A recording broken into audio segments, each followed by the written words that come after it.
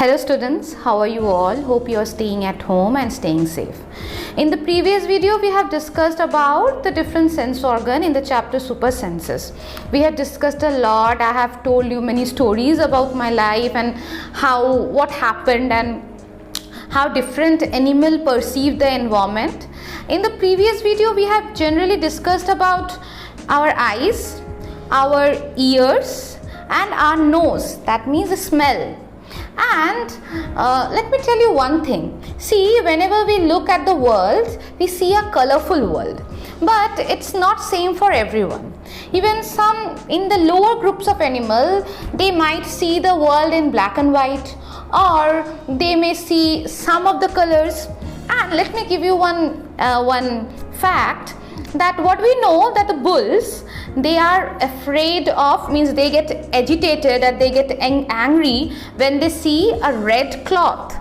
But do you know that bull can only see black and white color? See, why the bull get agitated? Because what we are doing, or what the persons are doing, that they are taking a cloth and they are just shaking the cloth in front of that bull. And so the bull is getting agitated.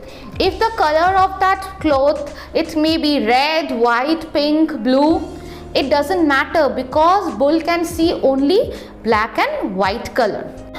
About elephants, you know, elephants, they have a large ears and they can listen and they have a good capacity of hearing.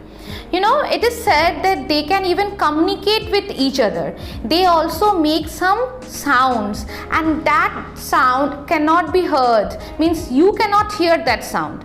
The sound which you can hear is known as audible range of sound, and the sound by which an elephant talks or communicates, you cannot hear that, but they can communicate kilometers away from each other. And one thing you will notice, if someone is saying anything and you suppose someone is standing at the corner of the room and he is saying something very slowly, what you can do, if you can't listen, you keep your ears like this, put your hands just behind your ears like this, then you will be able to hear that sound more precisely. Okay, next, one more thing is about dolphins. You know, dolphin can also communicate. It is said that the scientists have told us that, you know, dolphin communicate. They have different speech, they have words, sentence, not like us, we cannot understand, but they have they have grown communication skills. So they can also talk with each other. Again, if you go to a jungle for safari, then you will listen that there's so many sounds. And you know what? That in the jungle, everyone live in a family. And if one person sees any danger, generally, you know, monkeys, they live in the trees, on the trees, and if they see a tiger coming, then they make some calls. Those calls are called alarm call. Means they start shouting. They have a different type of shout, like when they will see suppose a tiger is coming, then they will shout in a different way. Or sometimes it may happen that, you know, it's very cloudy or an earthquake. See, they have different types of, you know, they emit different types of sounds for different issues. So they make an alarm call. That means they start shouting, and when they start shouting, that if one monkey sees a lion or a tiger, then he or she starts shouting, and in the same manner the other monkeys join with them.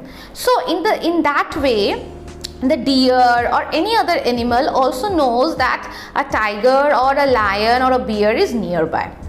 Okay, then okay, you know, during winters, have you thought, where are all the insects? You won't see cockroaches, you won't see any earthworms, means where are they? You know, they sleep during winter. Even the bears, they sleep during winter, and that sleep is called hibernation. See, when the animal sleeps during winter, it is called hibernation, and they sleep for the whole winter. And one interesting example is given in your book of sloth. sloth is a very lazy kind of animal. It's like a monkey. He is very lazy. You know how many hours he sleeps? He sleeps for 17 hours. Can you imagine? 17 hours. You will be very happy, na? We will be able to sleep 17 hours. He is a very lazy type of animal. Next is, see, in this chapter, so let us recollect all the data. Like in this chapter, what we have discussed? We have discussed how different animals understand the environment or perceive the environment. See, we can see if I am in this room, so how I will know about this room? I will look around by my eyes. I will listen to the sounds by my ears. By my nose, I will know all the smells. Even there are more sense organs. Do you know what? Your tongue. Your tongue is also a sense organ. Whenever your mother cooks something delicious, or how you understand it's a rasgulla or it's a karela? How you understand?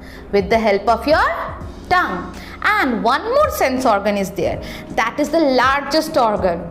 You know what? That is your skin. When someone touch you, you can understand, you can feel. Yeah, I'm touching the chair and I can feel it smooth. I can touch it, I can touch my hairs and I can understand. So, there are basic 5 sense organs. What are these? Eyes, nose, ear, tongue and skin. By the help of all these 5 sense organs, you can understand the environment or you can perceive the environment. Okay student, that was it. So hope you understood the chapter, and if you have any queries, you can comment it. Till then, stay at home, stay safe. Bye.